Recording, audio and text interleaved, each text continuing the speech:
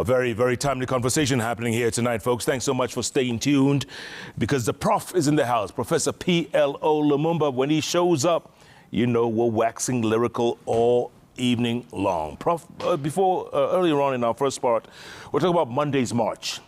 Monday's protest and the march to State House. I mean, and a lot of people are taking this very lightly. Very lightly. This could turn south very easily. You know, so very lightly, and words are being bandied around, like mass action. And let me use this occasion to share with my audience that mass action is an instrument that was used effectively by Martin Luther King Jr. during the Civil Rights Movement. And Luther King said that any responsible leadership that wants to engage in mass action must satisfy 4 tests. Number 1, they must demonstrate that they have a grievance and they do not want to use mass action to cause confusion and for the purpose of revenge.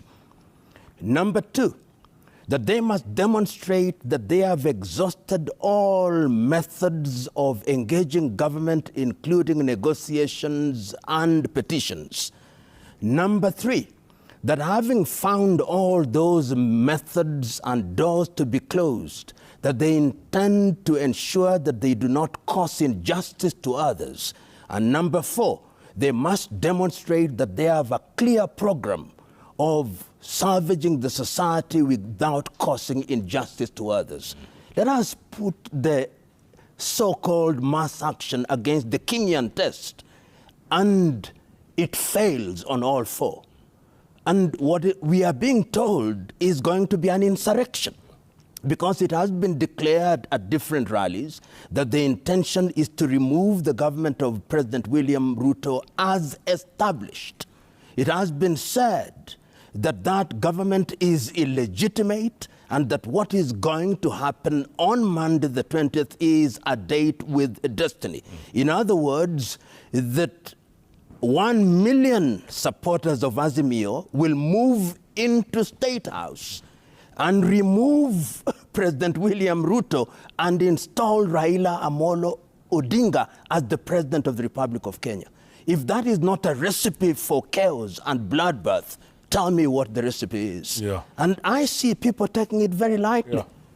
It is not light. Lives will be lost. Ruto has his supporters. Raila has his supporters. And it will take a simple mistake and a simple misstep, and this country can burn. And those who are now tweeting and saying all manner of things will burn in it. Their children will burn in it. And it will take generations to bring this country together again, if we are to bring it again.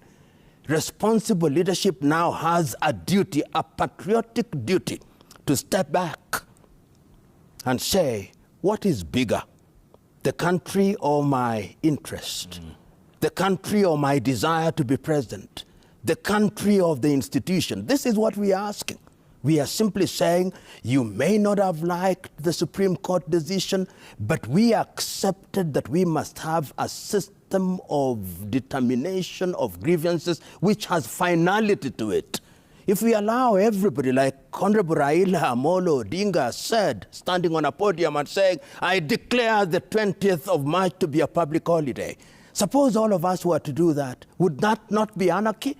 Do we want anarchy? This country that has such potential, whether you support Raila Amolo Odinga or not, or support William Ruto, is that what you want? And what we are asking Kenya, reflect. Don't be consumed by passion. Don't be consumed by anger. Reflect and ask, after the 20th, what? After the 20th, what? Yeah. You know what, Prof, 16 years ago we did this. Kenya was on the edge of the abyss. And we looked over the edge and we didn't like what we saw. Look at this, 16 years later, we haven't learned anything? The same thing? History has not taught us? Do we think we are immune from chaos? Do we think we have a pact with God that we can behave whichever way we want? Do we think that political bad manners is going to lead us where we want? The international community was here, and they saved us from the precipice. Why is it that the wax in our ears refuses to melt? Why is it that the scale in our eyes refuses to fall off? We are appealing to the leaders. God has given them an opportunity to provide leadership. Leadership is about self-denial.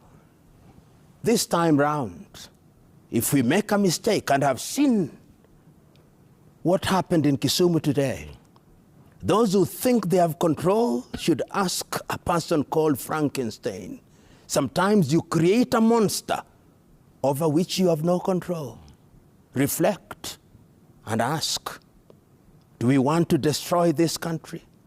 Do we want it recorded that we are the ones who destroyed this country?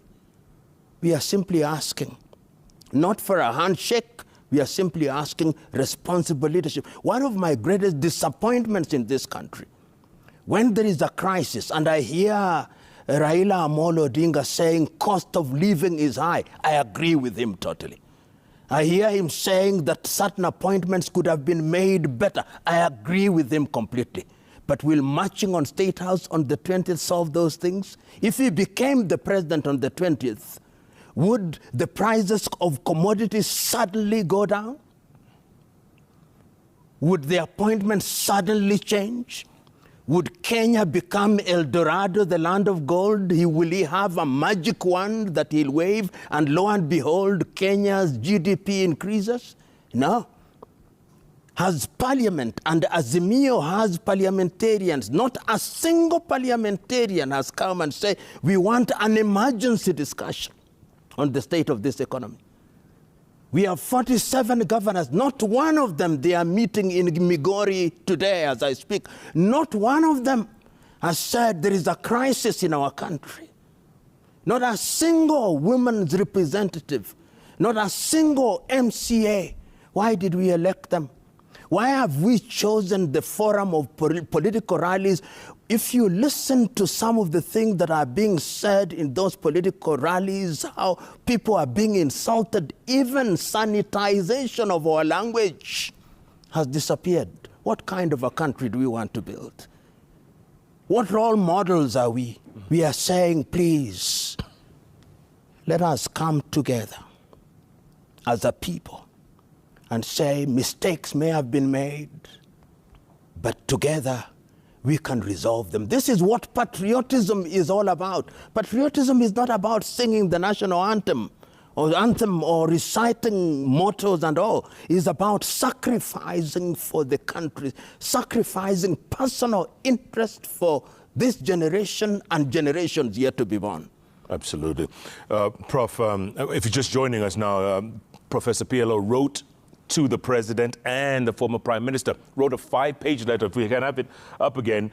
And in that letter, he talked about a lot of issues plaguing and affecting Kenya right now.